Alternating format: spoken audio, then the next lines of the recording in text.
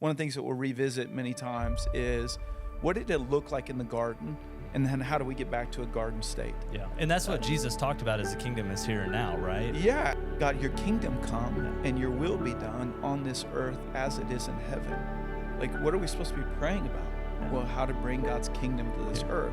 We have this desire to conquer, to create, and I think we see that in God, right? In the way that he created, he set up this world, and he created us in his image. And I think we bear a lot of that image, If you'll just take pure desire and start at that place, pure desire, and then you'll add holy action to it, you can set or reset any culture. Those are like the actions you described. Those are like peacetime actions. If what we were called to was only to sit, sing, serve, and give, read, and pray, then what's the need for the armor of God? Like, I'm gathered you together, and I'm now shining my light on you, but everything I shine on you is reflecting off of you, and it's reflecting off of you into where? Into darkness. And to me, it's the declaration that God is constantly trying to say to us every night, Austin. He's trying to say, I need you to be my moon. You don't have to have light of your own. You just get to reflect the light that's from me. Hello, everybody. Welcome to Rising Tide Life podcast. This is the journey of discovery of the principles of God put into practice in everyday life. What we believe is if we live out what Jesus told us to do, we can see cultural transformation that goes from our homes into the marketplace and across the world. And that's the journey that we're on, and I'm thankful to be on this journey with you, Austin. My name is Matt Carpenter. This is Austin Samuelson. And our lives have kind of been intertwined for quite a few years. And to be at this spot, Austin, where we kind of get to talk about our journeys, but then also the hope is to include other people into the journey as well. And it's probably both the journey of discovering more about God, but hopefully not just intellectually more, hopefully not just about becoming smarter sinners, but actually becoming more obedient to Christ. And it's something that, I think my desire has been, God, like, I want to learn how to live this life right, and to take the things, the principles from your word, and to try to just apply them in my life, and apply them in my home, in my marriage, apply them in my family, and then apply them in what I'm doing on a daily basis, and to really try and take back some secular spaces and make them more sacred, and that's something that I would say, like, I've gotten to watch in your life for quite a few years. Just the struggle and the journey, which I suppose it's always probably like that a little bit, right? Yeah. It's like it's as much a struggle as it is a journey, and I only say that because it's challenging. It's challenging to take the things of God and actually live them out. Now, I think it's the greatest challenge we can ever face, and I think we're made for it. But it is challenging, and it's something I've just watched you over the years, like I really think great desire, try to put things into practice in your life. And thankful that God's allowed us to kind of be on this journey together, and spend more at sometimes, less at others. But you're definitely a man that I respect a lot, for both the desires that you have, but also the way that you try to put them into practice. And there's an honesty and a sincerity about your life that, frankly, I like being around. I like being around.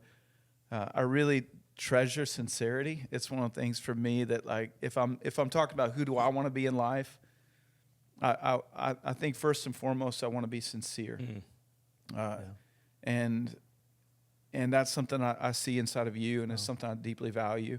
And so excited to be on this journey with you. I think we can. Probably for this first podcast, like our hope is to just kind of establish who are we and what direction are we going, how are we going to try and get there, and what's it going to look like. And so, but I just want you to know, like, I'm thankful to be in it with you. Wow, and that you have no idea how much that means, and I feel the same way, Matt. and I'm sure we're going to get into all this, but I have a very vivid memory of the first time that I met you, and I met Kiki, and then 4 of the 5 boys were there. Ransom wasn't there yet. Yeah. And so I feel the same way of watching you for many years kind of from afar, and then we'd have these close interactions, and every interaction we'd have that was close was like, it was always this challenge in this amazing way of pushing me to be more like Jesus. And I just think that's just an incredible thing. And the way God's kind of intertwined our lives in the past year and a half has just been truly incredible. And when you first started talking to me about this podcast, I thought, well, you probably need someone else to do this. But you're very convincing. And so I'm very honored to be here. But I think the thing that I am most excited about is I look back at my notes here. I like to take notes.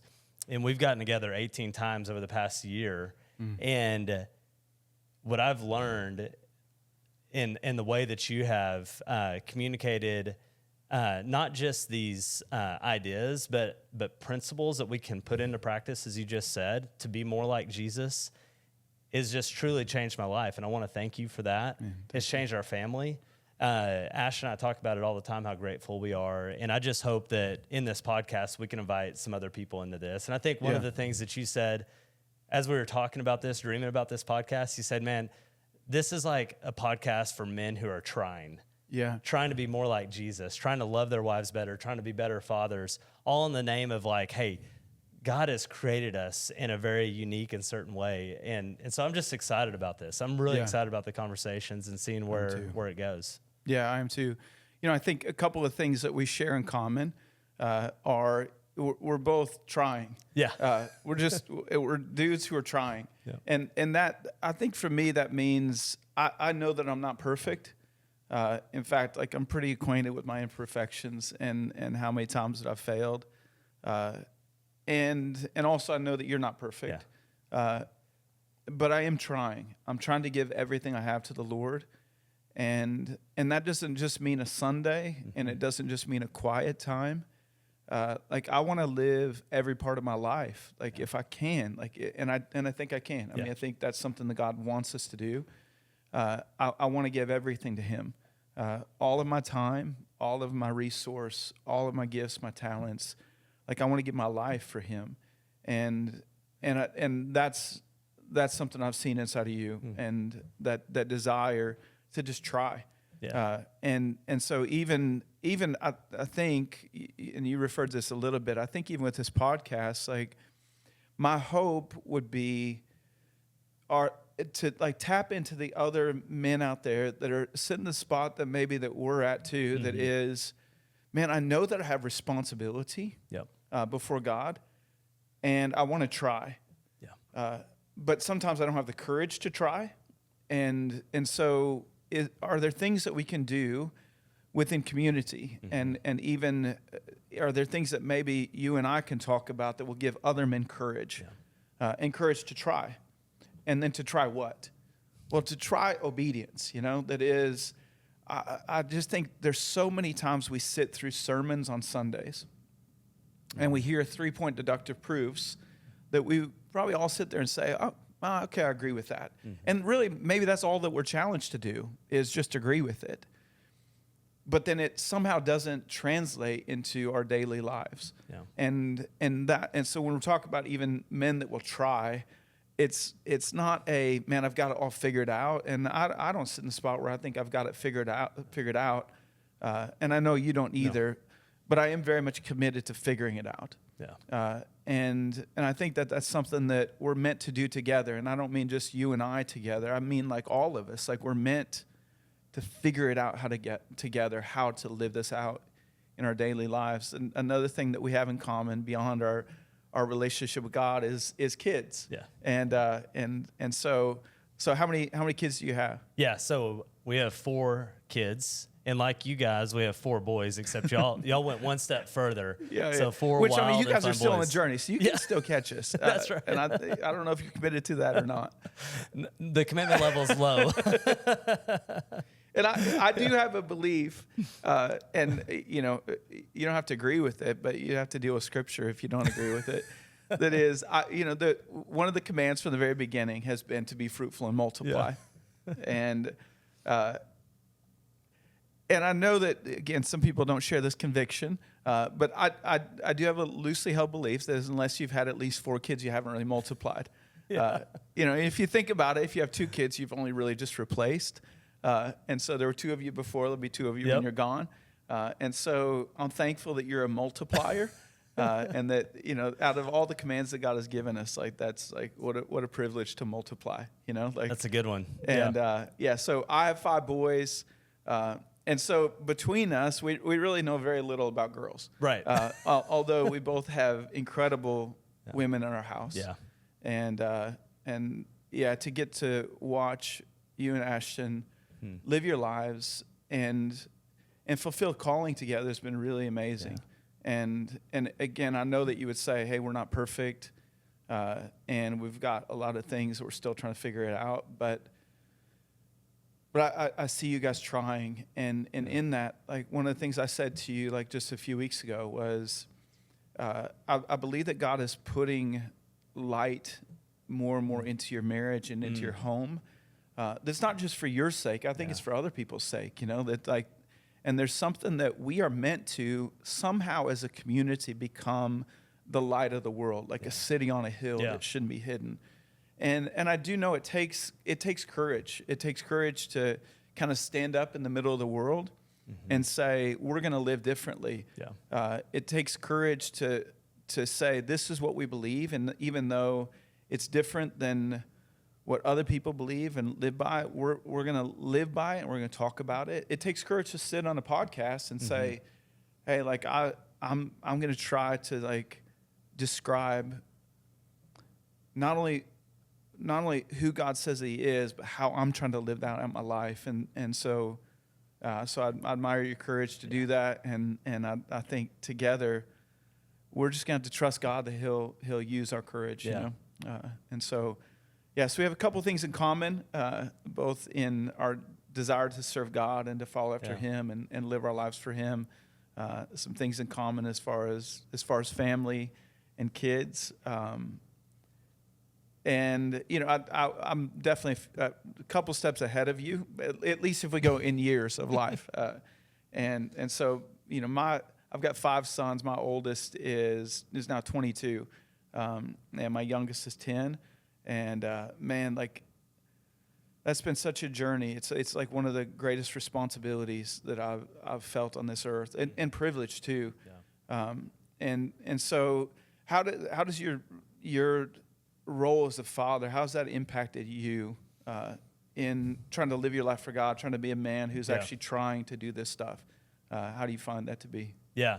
Well, I think there's a few things that come to mind, but the first is, look at my kids, and no matter what the circumstances are, you're just like, wow, I love this. I love this child, and I love them for who they are, because I never would have believed this before we had 4 kids, but how they could all be so radically different. Yeah, right. When we had 2, I was like, okay, yeah, I could see how our oldest and our second, how they, maybe one's more like me and one's more like Ashton, and then all of a sudden you have more, and you're like, no, there's all these different variables here. Yeah. And to see the creativity of God come out, and then to see how He created us to love them with this love that I didn't know that was within me. You know? Yeah.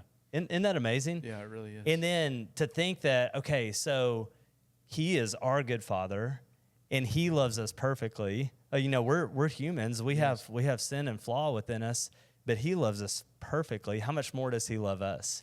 Even when we're laying on the floor throwing a fit, or punching our brother, He loves us. So there's probably a little bit too much brother punching going on in the world. There's a lot of brother punching, and there's for sure, a whole lot of that. So to think about that and think about the love that God loves us by, and to sit in that, I think as men, I don't think we just naturally go to that. I know for me, Ashton talks about that a lot. Like one of the words or names God has given her is beloved, and like, that feels very fitting for a female to be able to say that, And we talk about a masculine God, and she's very feminine, and it's like, okay.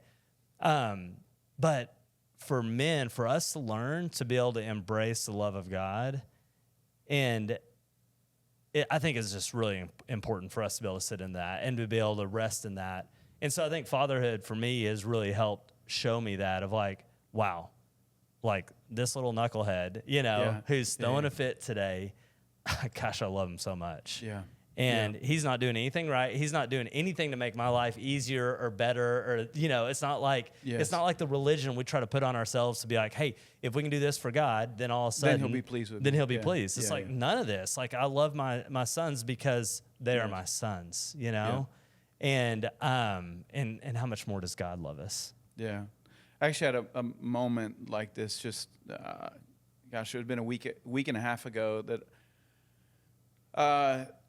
I was out at one of my younger sons out at Quade's practice for soccer. Okay, and my 22-year-old is back in town from being off on a job, and so he came out to the soccer field just to come by and see us and to see his younger brother. Which to me, that's a win in itself. Huge. Okay, Yeah. like just that, like, because I know I've told this to you, but like one of my highest earthly goals is to have grown children that want to be around me. Like I mean, I've got some eternal goals too, but like as far as earthly goals, if I can get to the place where my kids are grown and they still want to be around us, man, I think I've won in this life.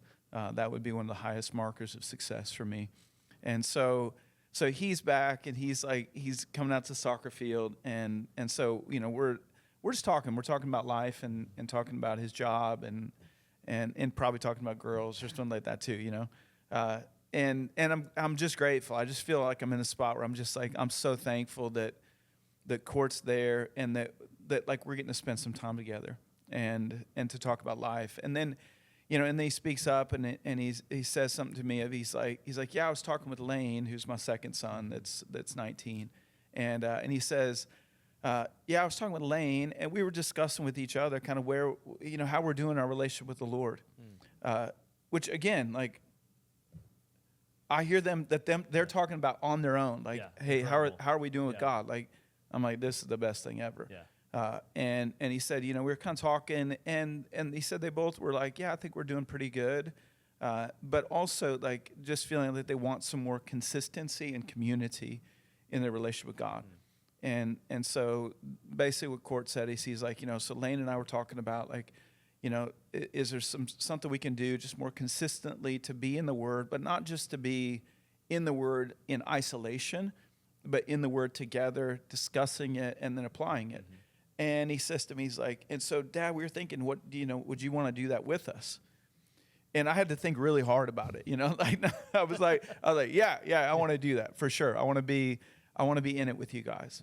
And so we kind of talked about what we're going to do, and we decided let's start reading Genesis together, and then like meeting up and talking about it, which I've gotten to do that with my sons over the years, and so the next morning, Austin, like I'm sitting on my front porch and reading through Genesis, it's really the story of God saying, if I was going to set up the perfect world, what would that look like?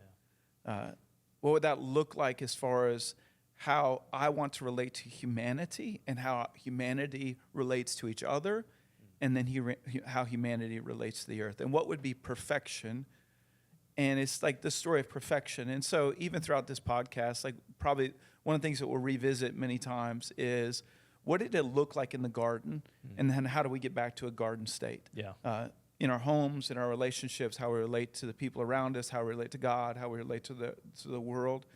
But I'm reading through this, and certainly not the first time I read through Genesis, but what I'm struck by more than anything in that moment as I'm spending time with the Lord is I'm like, God, like what you desire is you just wanted to be in it with us.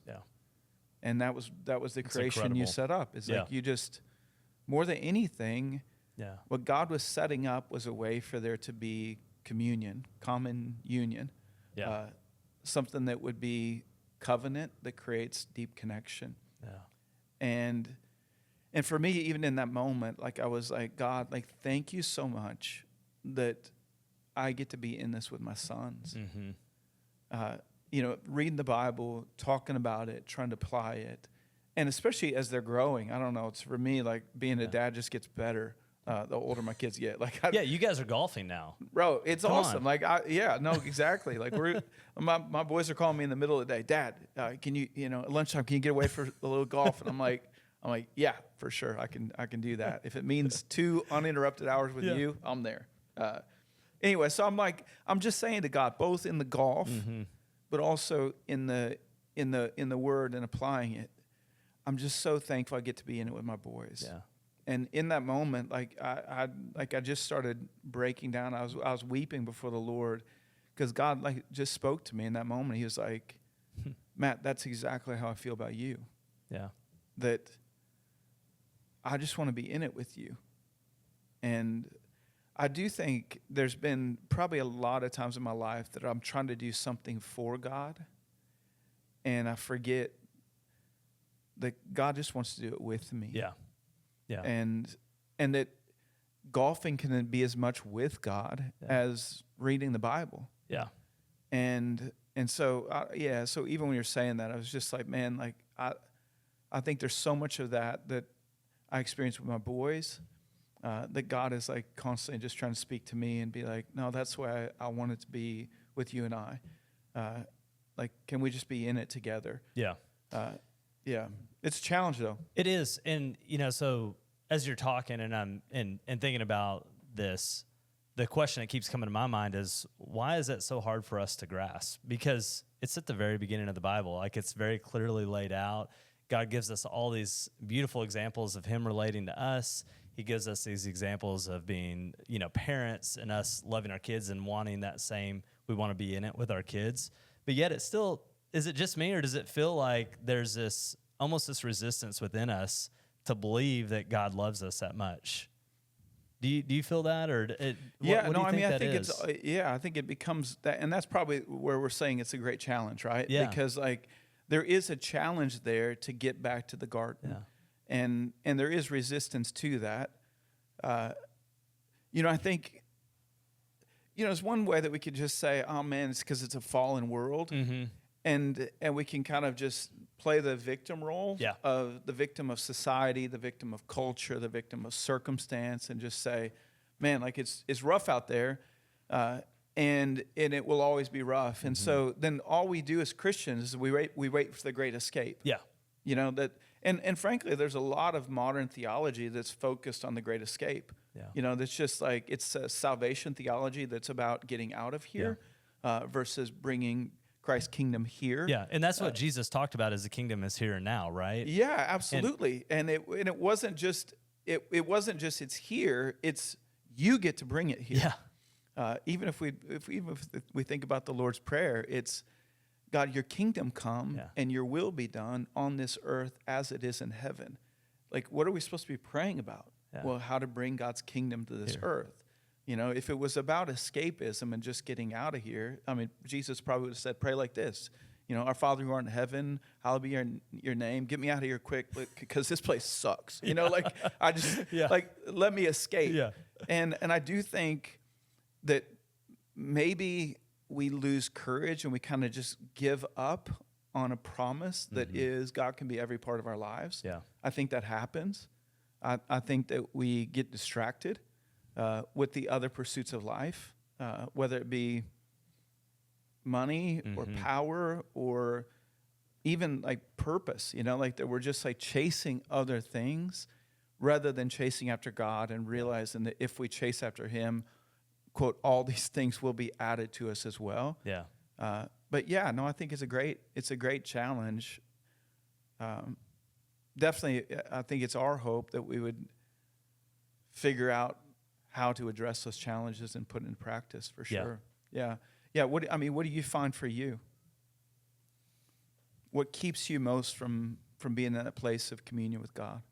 I think it's two things. It's the distraction, the world, all the things you just named, like I have responsibility or I need to do this, or, even in Christian culture, it's, put the work in, right? Yeah. And so we want to be men that work hard and give God our all, but sometimes we can get that out of balance. And so many of our conversations has been about what is that and what's the right way to look at that. So I think it can be that distraction.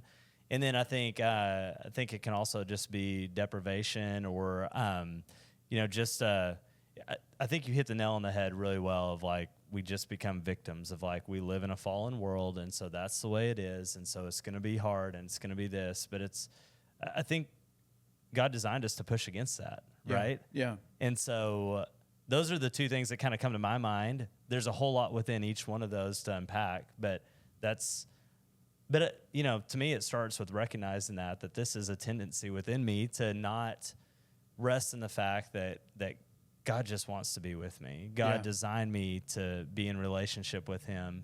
And, again, we go back to Jesus talks about us being like children, right? And so if he uses that as an example multiple times, and so if we even think about it from that standpoint, my 6-year-old right now, I'll look at him every morning. He wakes up. He's in first grade. We homeschool. Yeah. But he wakes up and he puts his glasses on and he comes downstairs and he's not thinking about school and the stuff that, he's going to have to do for school. He's not even thinking about breakfast. He's in his mind, he's like, man, what am I going to do today? It's almost like, Dad, what can we make? What can we do? And it's kind of, I don't know if that makes sense, but it's like it's this carefree, like, I just want to be with my family. Like I'm here, like I'm good, Yeah. And so, well, and then somehow we get from that place as a child, okay, there's awe and wonder in the world, and there's relationship, and like that's all that matters, And it's just like, especially if you can keep a child in a place of imagination and creativity, like they live with such ease, right? Yeah. And then somehow we teach them, or we get taught to live a life that what so many men describe as the grind. Yeah. Like I can't even think how many people I talk to, no matter what job that they're working, no matter how much money that they have, that you ask them about it and they're like, man, I'm just grinding. Or I'm busy. You ask how you're doing. Yeah. Well, man, we're busy. Yeah. Man, we're just so busy. And I think that, we end up living our lives with such thin margins. Margins for relationship, margins for God, even margins for our kids and for our wives. And then, again, I think we end up feeling somehow, whether we claim victimhood or not, we end up feeling kind of victims of the circumstance of the life. Yeah. But I believe, and I know you do too, I believe that we can change that. Yeah. I believe that we don't have to be a victim to a fallen world. Or the victim of circumstance. In fact, I think that God gave us very great instruction of how to live differently. And one of the things that I feel like I've come back to this so many times over the last few years is the way that Peter describes it is he says, if you'll just take pure desire and start at that place, pure desire, and then you'll add holy action to it, you can set or reset any culture. Even if it's Roman culture, of which is what Peter was speaking into. It's like, we all know the Roman culture that we're living in right now, and we know the oppression that's here. But if we would just do this, if we just go back to what is pure desire and then add holy action to it.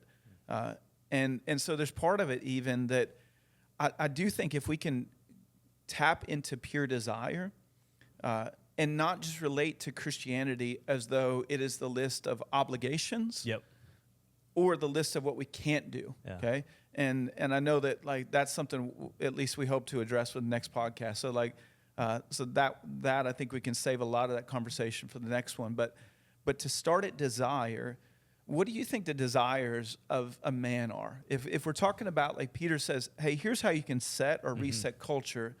What are the desires that you have as a man? Yeah, I think every man within them, they have a battle they want to fight. They have an adventure they want to go on. Yes. And so we want to, I don't know, to me it feels like we have this desire to conquer, to create, and I think we see that in God, right? In the way that he created, he set up this world, and he created us in his image. And I think we bear a lot of that image, Yes. So those are kind of the first things that come to my mind. No, I totally agree with you.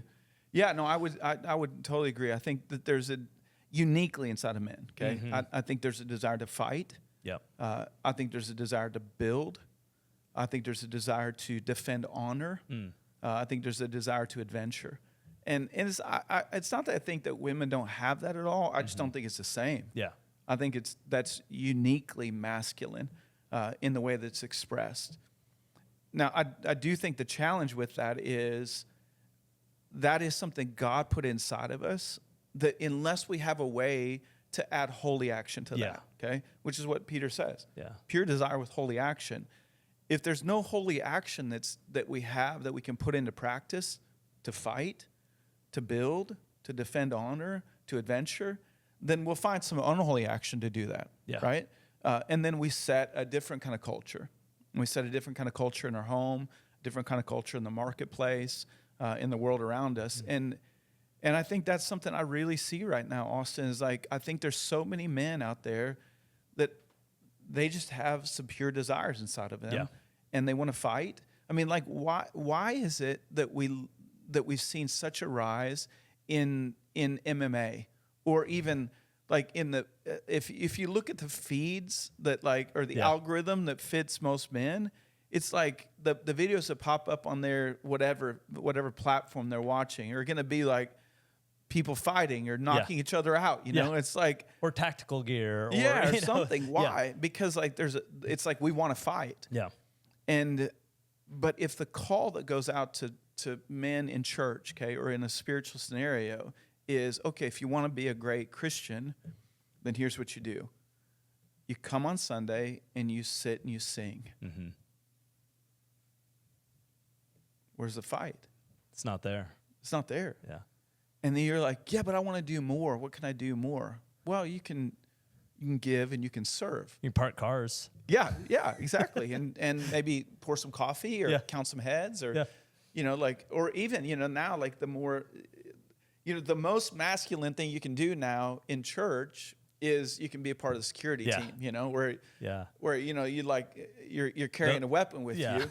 And it's like that feels more masculine, but like, oh gosh, like what are we doing there? And so I do think there's these desires inside of every man that they don't know how to fulfill them with holy action. And that becomes the call to the corporate experience as a Christian, I think, is, okay, so come sit and sing, give and serve. Mm-hmm. And you know that, like, I'm not against sitting or singing or giving or serving. I'm happy to do all those things. I just don't think that taps into the desires I have as a man. Yeah. And so either those are atrophied, or we got to find some way to fulfill them.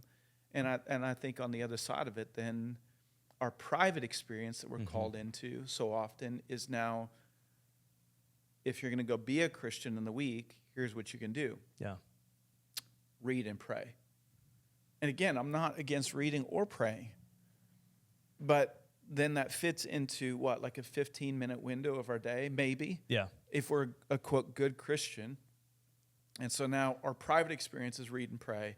Our corporate experience is sit, sing, serve, and give. And so what happens to those desires? Yeah. We look for other ways to live them out. Yeah. And, you know, as you're talking, I'm thinking those are like the actions you described. Those are like peacetime actions. Yeah, that's you true. know? Yeah. And so those are like, are we at war here? We're at war, right? And so I think part of it is, for men, is we got to recognize, okay, where are we at and what's really going on? You know, we live in an already not yet, right? That we talked about. And we know that God is going to create all things new, and we're working for this. We're living in a battle, right? Yes. And so he's created the battle for us, but I think most of the time we live our lives believing we're in a time of peace. Yeah, right. And so we really, if we open our eyes, we have the circumstances around us, but we don't talk about, you know, often in community of like really stepping into that. It's doing the peacetime initiatives of, you know, pouring coffee. Yeah, without a doubt. I love coffee, but I do love coffee as well. It's not very and I go back to like the scripture. Like if what we were called to was only to sit, sing, serve, and give, read, and pray, then what's the need for the armor of God? Like armor's for battle. And it's meant to be put on every day, right? Yeah. And so there has to be a way, there has to be a way to fulfill those desires with something that is eternal. And definitely what I believe is I think there's so many men out there that are either those desires are becoming atrophied inside of them, and they're just like, they're dying, you know, they're like withering away. And frankly, there's very little masculinity.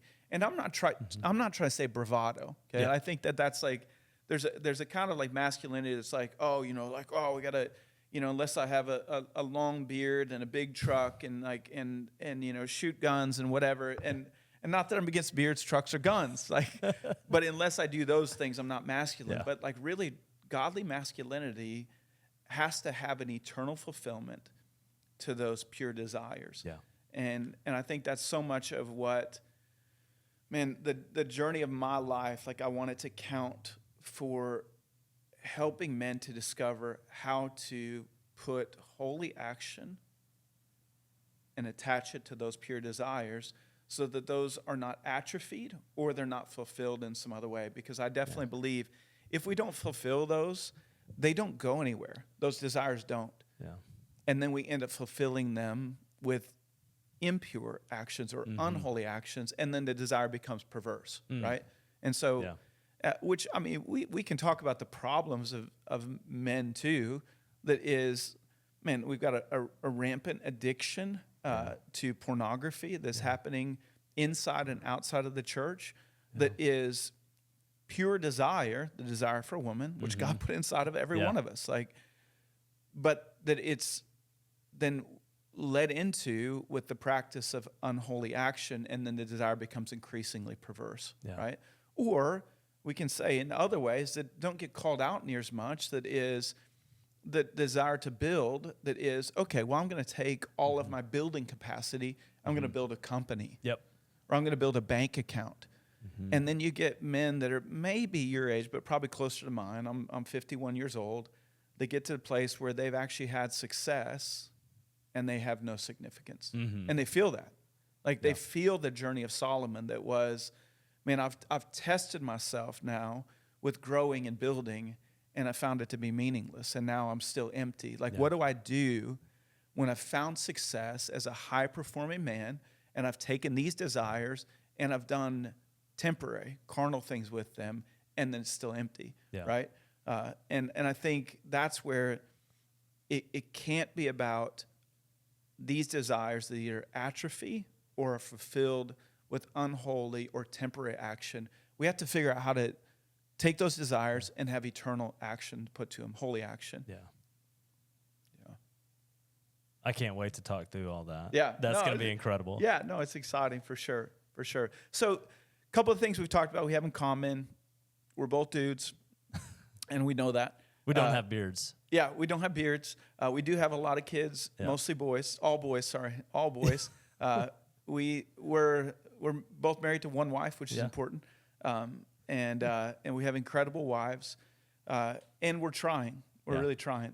There is some things that we have different though too, and one of the things that was important to me, even as kind of we're continuing this journey, was like I want to have this discussion that has kind of different perspective in it, and whether it just be between me and you or other people we're going to invite into this, to give different perspective on the same principles, but maybe with some different applications or practices, and so for me, my journey has been I graduated with an engineering degree.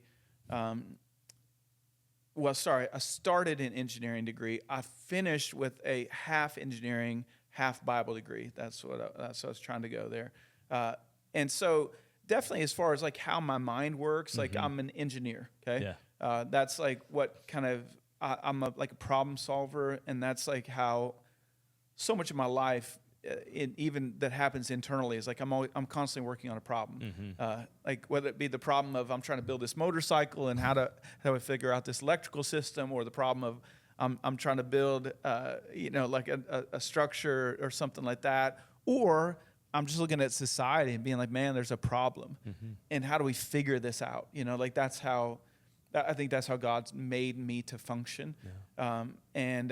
And so I started off going towards engineering, and then finished off my degree in Bible school. Okay, and so kind of this is a little bit like the story of my life is I end up with a degree that is half engineering and half biblical studies. And so I've kind of always joked that I've got a degree in engineering in the kingdom of God, okay, which is not far from what I feel called to do. Yeah. Okay, now for the last 27 years, I've done that on a college campus in discipleship, and I've led a university ministry, and so I've been an ordained minister, and so I've approached things kind of through the eyes or the world of the clergy. Okay, now I definitely have been locked up in a church somewhere. You know, like I've lived my life out on campus discipling students, relating to real people in real circumstances, and so it hasn't been insulary, but it has been from that perspective.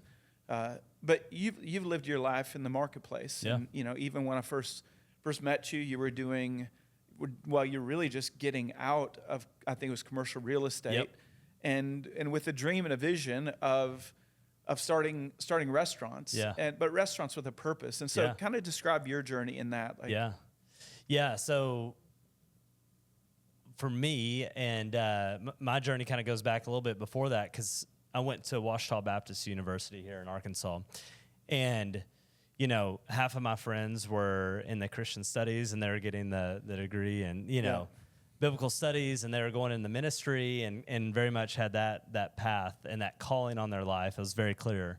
And then there's the rest of us that were in the business school, and we're kind of like, you know, well, is that okay? But and you weren't quite as good at Christians, right? Exactly. We're just kind of like part-times. But we'd kind of joke about that and laugh about it. But I knew deep down, like, God created me with this desire to build, this desire to create, and I just felt like business always had this great application to be able to do so. And so, like you said, got out of school. My wife and I, we moved to California and started working in commercial real estate out there. Came back to Arkansas, but God placed this calling on our heart, and it ended up being a restaurant. We never in our wildest dreams thought that's where we would land. Yeah. But it all started with this fact that at that time, this was back in 2009, 18,000 children died every day from starvation and malnutrition. Yeah, and so this became this problem that, like you said, that we wanted to be a part of solving, that we felt like that. I mean, really, God just put this burden on us. It's like we couldn't get away from it. And it lasted for a couple of years in the, like, what do we do with this kind of, when I say that, that lasted for a couple of years, and ultimately led to this, God giving us this idea of, hey, what if there was a restaurant that provided a meal every time they sold a meal? Yeah. And so that's the journey that God took Ashton and I down, and that's where we met. So I remember it was a soft opening. I think the second night of soft openings for our pizza restaurant, and you guys walked in, and I was like, wow, that's got to be the biggest family ever. It must be Mormon or something. I don't know. We're just multipliers. They're just multipliers. You were just seeing your future in front of you. That's what you're seeing. You just didn't know it. That's the thing that's so ironic is, like, that's us. You know, you're there with your four boys. Ransom wasn't around yet. Yeah. And I thought, man, how could boys make such a mess? And now I know, this is how it is. But that's the journey God's taken us down. And I think so. Your standpoint is you've said you use your engineering to build the kingdom, right? Yeah. And from my vantage point, I've never heard you say that before, but I've always felt like I think business can be a solution for kingdom work. Yes. And I think there's so much opportunity in that, and so I'm sure we'll unpack that a whole lot more. But absolutely, absolutely, yeah. So I think with that, like, the perspective that you have, it's to me, it's rich, and it's like, it's helpful just because it provides a view from a different direction that's not approaching it through the quote unquote church and through a clergy's eyes, but approaching it through the business eyes but still that's seeing a problem and then saying, God, let your kingdom come and let your will be done on earth as is in heaven. And maybe the greatest solution that you want to provide for this is not going to happen through a Sunday and through sitting and singing and serving, but it's actually going to happen through a business that at this point, how many meals have been provided for kids in need? Over 40 million. Yeah. 40 million meals that have been provided across the world because you saw an opportunity to take a desire that was inside of you and apply it not on a Sunday or during a quiet time. Yeah. And I think that's something that, man, if we as men could grasp a hold of the fact that there aren't meant to be secular and sacred spaces. Yeah. That is, oh, well, what's sacred? Well, I guess Sundays are sacred. And now it's like actually only an hour and 15 minutes of them are sacred. And then maybe 15 minutes a day during a quiet time are sacred. Yeah. But what would it take for us to live lives that are not secular and sacred, that are not compartmentalized, and say, man, what if every moment of every day can not only be with the Lord, but can be fulfilling eternal desires with eternal action and holy action? And that's what I think should change the world. Yeah.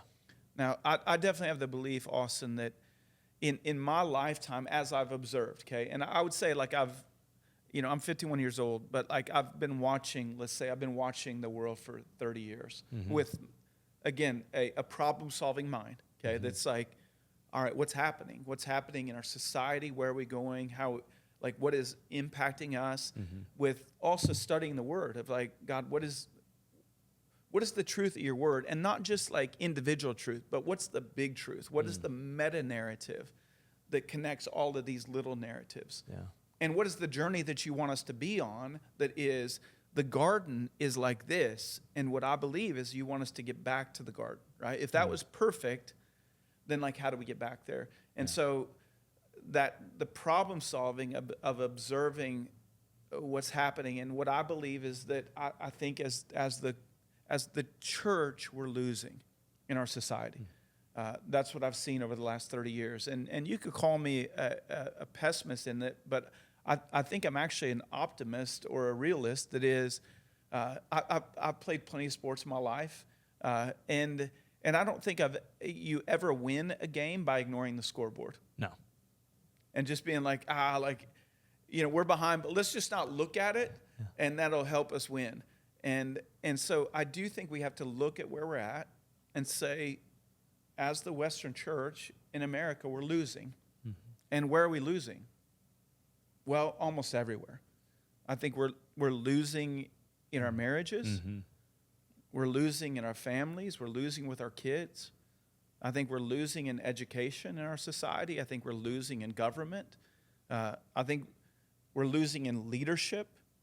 And frankly, I think we're even to the spot now where we're losing on Sundays, which has kind of become like almost one of our only targets. Yeah.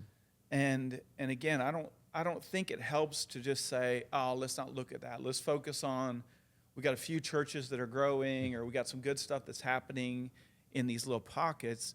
I think we have to be honest with ourselves and say we're losing. But I also think we can be hopeful and say we're not meant to lose. Yeah. Now, I'll make up a statistic here, but I do think it's true. I think if you ask all the men that are still left in church, and frankly, I think there's a lot of men that believe in God that are not in church anymore, and probably even just to say it, like my hope would be, even for those men that maybe they would hear an invitation in our conversation that is, there is more than just church on a Sunday, okay? And I should say there's more than just quote-unquote church. Yeah. But I think if you take all the men that are even still in church, and if you said to all of them, do you know that you're supposed to be a spiritual leader? And even if we just say in your home, not even in the marketplace, if we just say, do you know that you're supposed to be a spiritual leader in your home? I think 100% would say, yeah, I do know that. Yeah. And in that, I want to say for context, I'm not trying to say that women can't lead or shouldn't lead. Right. I'm just speaking to men right now. Yeah. Do you know that you're supposed to be a spiritual leader in your home? Yes. okay, do you know that you're supposed to be some kind of a priest of your house? Yes, I do know that. But I think if you ask them, how do you do that? Mm-hmm. I think 90% of them would say, actually, I have no idea. Mm-hmm. I mean, other than taking my family to church on Sunday. Yeah. And to me, that's a massive problem. Yeah. And it's one that, frankly, I think if we could address that, and again, like, I'm not trying to say that eliminates a woman's responsibility or her opportunity. I'm just saying, as a man, watching men, Yep. I believe that there's a massive abdication of authority that God has actually placed inside of you, inside of me, inside of every other man, that is, he wants us to bring his kingdom to this earth. And that if we will do that, I think we can see the kingdom of God come. And I think we can win.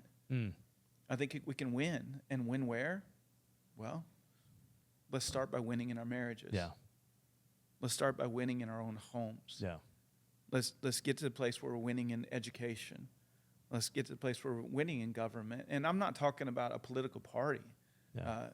I'm talking about, like, can we establish God's kingdom on this earth? His ecclesia, his governance. Can we win in governance? Can we win in the marketplace? And that's something I know that I've watched you, like, walk through. Like, okay, like, I've got this vision and this mission, but also, like, there's got to be a way that this makes money in order to employ more people, and there's a way to approach business that is kingdom, that's not secular, and I think that's where, man, if we're going to see God's kingdom come and his will be done, I believe that we need to see men step up and lead spiritually. Yeah. And not just know that they need to, but to have the courage to do that. And that's something that I think both with you and I and other men that we're around and we're in community with, what we're seeing happen is God is putting courage inside of men, probably first through community. Yeah. And I think that we need that. We need to know that we're not alone and that there is something we can do other than just attend church on Sundays. Yeah. What's that thing looked like inside of your life that is, like, what's giving you more courage to lead? So I don't know if we have time to talk about this, but one of the things that you've taught us is it's the quadrants, right? Yeah. And so at the center of that is our relationship with God, our relationship with our wife, and then our families, and then that affects everything else, right? So as I think about your question, the thing that where I've looked at in my life so often, if there's a, the upper left, right quadrant is business. Okay. I'll let that be the priority of, like, hey, I've got to build this business. God's given me this vision. And so then I put all my effort, or majority of my effort, into that. And then that pushes with momentum into the other quadrants and pushes into the middle, which is my family, my marriage, my relationship with Christ. Right. Yeah. So as opposed to that pushing out, or maybe it's education, or maybe it's sports and activities as a family. So I think, I don't know if you have time do you have time to explain that right now? Or? Yeah, no, I think that's a good framework. We definitely will revisit that for sure. So, one of the questions I was asking of God was, if this isn't just, and again, my history, my experience has been on a college campus, right? Like discipling mostly young men. I mean, young women too, but like mostly young men that are at the spot of, like, they're at the beginning of responsibility or authority, you know? And I've sat in front of, like, lots of young men and said, okay, the call of Christ is not to just give a little bit and not just to attend. It's to give everything. And here's the fight. Here's the adventure of this. And I've watched young man after young man with a new sparkle in their eye, like a new hope, say, man, like, if God would let me be a part of that, it's worth giving everything I have for. And I've watched that, like, time after time after time. of those pure desires. Like you can see them like start to burn inside of them again of like, oh man, like I could do that and it could matter, like not just for something on this earth, it can matter for eternity. Yeah. And then being like, man, like I want that and I would give everything for that. Yeah. Now, everything they had was literally sitting in that chair. You know, it's Right. like, you know, for a college guy, it's like, man, I give everything. And you're looking at it. They only have the clothes in their back and the stuff in their pockets, right? Like the authority of their life, it's literally sitting there. But as we get older, we have more and more authority. And so then we have access to give more to God. So I was asking God, like, if we're going to see your kingdom come and your will be done, not just on a college campus with young men and young women, but if I can believe you that what you want to do is change the culture of society, of America, of the world, like what would that look like to see a transformed culture, okay? Because I do believe the kingdom of God is not just about a transformed life, okay? I do think there's an individuality to it, but I absolutely believe that there's a community and a cultural transformation that God wants to do. And so if I'm looking at the world and saying, man, I think culturally we're losing, what would it look like to culturally win, okay? And that's where like I kind of came to this thing that is, I believe that we could divide culture up into five different areas, okay? And you could say, well, I think there's 6 or 7, and I'm not trying to argue like how many there are. I'm just trying to think through like if we're going to apply ourselves to this problem in a way that we can find an answer and then an answer we can put into practice, what would that look like, okay? To see a transformed culture. And so I think in the West or in America, I would divide culture into 5 different areas, but I would see it as a quadrant, okay? Or a square divided into quadrants, right? Which I know is only 4. But and so one of those quadrants would be business, and I think that's a place where culture is not a practice, but it's reproduced, okay? A second one would be in the quote-unquote church, okay? So that another quadrant would be quote-unquote church. And I say quote-unquote because I think Jesus would ultimately call all of this church. But we've got a definition of church that we've cultivated that is, it's compartmentalized and segmented, okay? Yeah. But it still matters. It's a place where culture is set and practiced. A third quadrant would be education. And again, this place where, whether it be what you educate your kids in when they're young, where you send them to school or even college or whatever, that's a place where culture is set and reproduced. And then the fourth one, I think in America, I would say it's sports and activities or adventures, okay? Yeah. If you look at how much we value sports as a society, whether it be like how much we're paying professional athletes. I mean, we now have one baseball player who's making $700 million. That's a lot of value that we're placing on that. Or if you look at the homes of people who have young kids, like what is the culture setting elements of their homes? And so often it's like, what activity do they get their kids involved into? Yeah. And then that becomes like the place where culture is set, okay? And so you've got these 4 quadrants: business, church, quote unquote church, education, and then sports and venture. And then the fifth area of culture is a circle that overlaps those 4 in the middle, and that's what we call family. And if you look at what sets the culture of even your family, it's really the decisions you make about those 4 other things, right?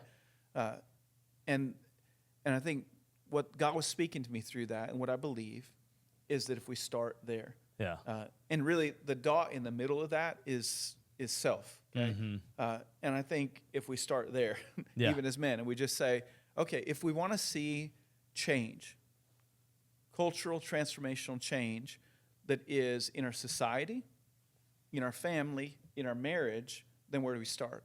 Well, we got to start with self. Yeah. But we start in a way that then has a concentric circle effect that is, man, God, if truly I'm living this, not just understanding it, because Jesus didn't say discipleship was teaching people to understand. Jesus said discipleship is teaching people to obey. And so if I can live this out, if I can incarnate it, if I can take the word of God and make it flesh in my own life in the way that Jesus set the example for me, man, that's a place where in concentric circles, then that will change my marriage, and there will be ways to put this in practice in my marriage. It'll change my family, and then it can bleed out into, man, actually I can take this into the marketplace and see transformation. Now, I definitely think so often we center our lives, maybe as men, in the vocational space. Right. And why? Because we're driven to fight, we're driven to build, and we want to accomplish something, we want to produce, right? And so we end up focusing on that, and we say, okay, man, like I'm going to make my business great. And then we end up making a great business, or we don't, and our business fails. But either way, we feel like a failure because it hasn't accomplished eternal purpose, right? And so that's the picture to me of, if we're going to say, God, we could see your kingdom come on this earth as it is in heaven, what would it need to impact? And we would need to be intentional first in this space, but then what does intentionality look like in all those other spaces? And I do believe that God's just put it in our hands, Austin. He's just said, okay, this is yours to do. Yeah. Yeah. That's beautiful. Yeah.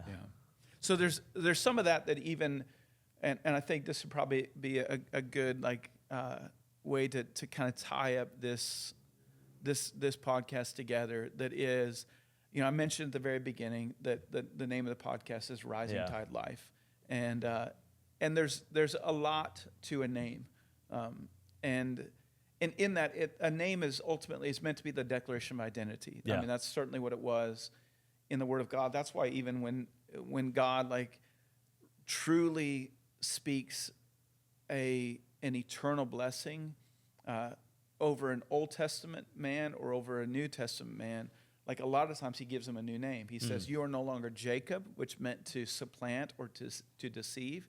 And he says, now you are Israel. He was declaring new identity that wasn't just about him, it was about what would be produced out of him, right? Or even, taking you have been, I just lost Peter's original name. Help me out. Simon. Yes, sorry.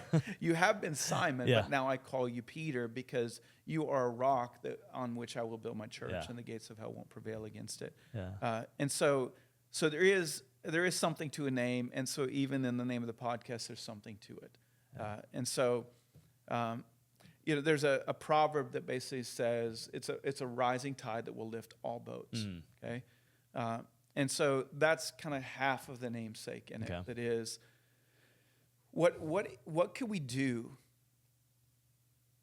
with God that would actually lift every boat, and every boat meaning every family, every church, every business.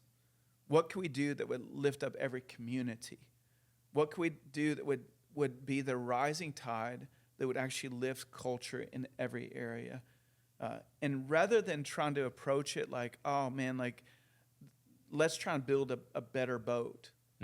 What if we just could raise the tide and raise the spiritual tide in our culture in a way that lifts up every family, every marriage, every relationship with a kid, every area of society? What can we do to do that? And that's something that I think over the last 10 years, God's kind of brought me back to that over and over again, that, Matt, whatever I'm calling you to, it's not about having a new expression of what church looks like on the corner of this place in Conway, Arkansas, but it's what is the thing that could rise the tide across all of culture and lift up every boat. So that's part of it. There's another part of it that is, and this was probably, this is probably 10 years ago, that I was praying a prayer that honestly I probably had just heard somebody else pray before, Austin, that was, I was praying, God, would you please turn the tide? And that's something that, that has to do with lifting up or bringing in the water, right? And so I was like, God, will you please turn the tide in our nation? Or maybe I was praying, turn the tide on our campus, okay? And I felt like God like spoke to me in the moment and was like, Matt, that's not my responsibility. It's yours. Wow. And so to go back to Genesis, this is the way it's proclaimed, is that in the beginning, God put two great lights in the sky, okay? One was to govern the day, and the other one was to govern the night. And we know that, like, the one that's to govern the day is the sun, and the one that's to govern the night is the moon, okay? Now, in Psalms, the way it says it says, the heavens declare the glory of God. The skies proclaim the work of his hands. Day after day, they pour forth speech. Night after night, they display knowledge. It says they don't have speech or language, and yet their voice goes out to the ends of the earth, okay? And so what is that saying? It's saying that God put them there, and they're constantly speaking something to us, right? That when we look into the sky, we're supposed to hear something from God. That it's not just about like, oh, that there's like this cosmos, but like, what is God trying to say to us through a great light that governs the day and a lesser light that's there to govern the night? And there is a language that God's trying, or a voice that God's trying to speak to us through that. Okay, so what I believe is, I believe that the light, the great light, the sun that governs the day, is referring to God. Okay, and God is meant to be the center. What we know is that Earth orbits around the sun, and there's practice to that. You know, like, what is God trying to say to us through that?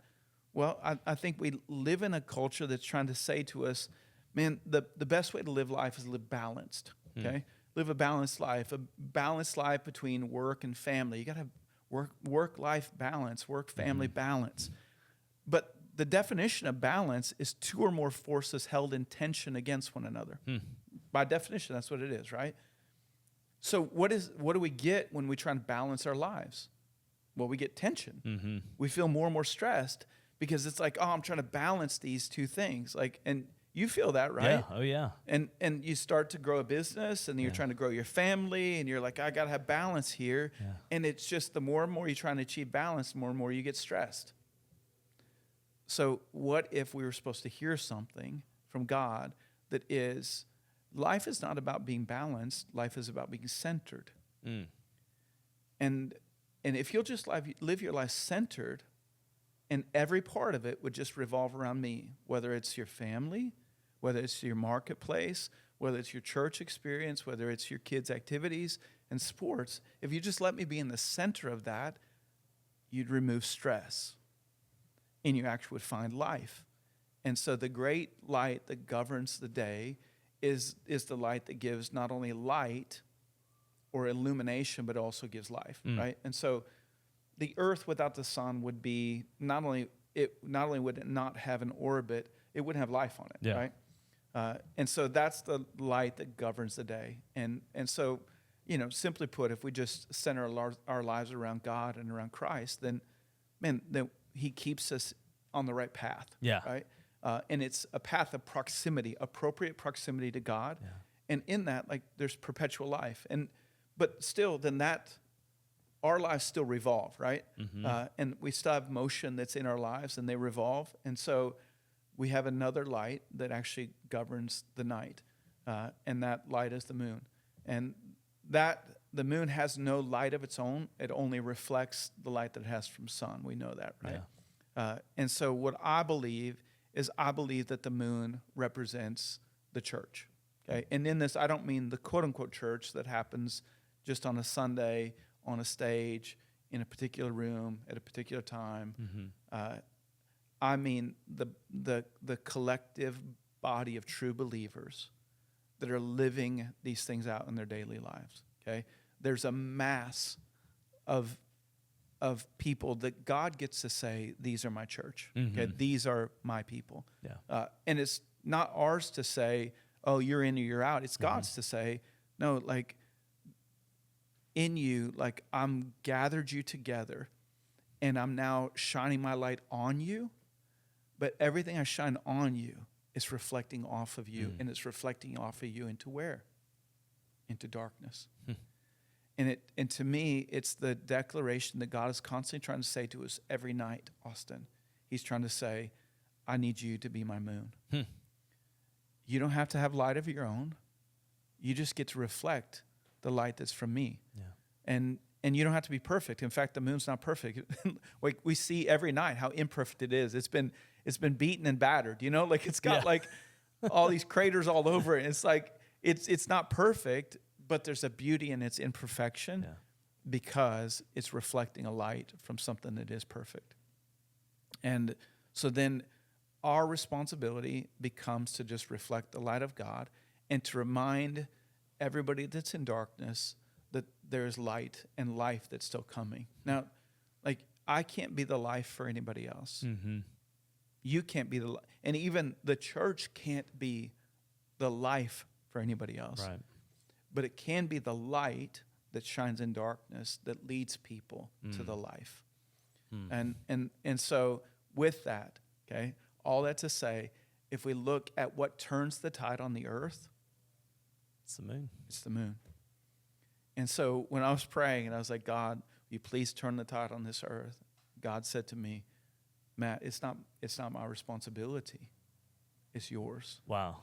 And if you would just participate in obedience with a community of people, and whether that community just starts with your own home, or if that community can expand to where it's like it's a few other homes and families, and if that can expand to where even that's a nationwide or a global community that is just trying to put this stuff into practice, knowing that they're not perfect, but they do have light and life that's come from God, and that they're willing to shine that into a darker place. Yeah. Now, the beauty of it is, like, in the day, the moon disappears, right? Because its light is so small in comparison to the light of God, right? And so my hope is definitely to disappear in all of it, you know? Like, I want to shine God's light, but then as his glory comes, Lord, let us disappear. Yeah. And just let your light be seen, because you're the one that has life. But I believe if we would just do this together, Austin, I think we could see the tide of culture change. And so that's the journey of this podcast is can we figure out together how to be connected to each other and connected to God in a way that puts the Word of God into practice into every area of our lives, but starting in the home. And if we do that, can we see our culture change? Yeah. Can we turn the tide? And so that's the hope. That's awesome. Yeah. So excited to be on this journey with you, and over the weeks that are coming, you know, we'll have other people involved in this as well to get some other perspective, and and so God, we just say before you, and I know you've heard every word that we've said, but we just declare intentionally now before you, God, that our lives, we want them to be offered up for you, and in that, Lord, help us to reflect your light, but then also to disappear, and so that people could truly see you. And we just ask this in Jesus' name. Amen. Amen.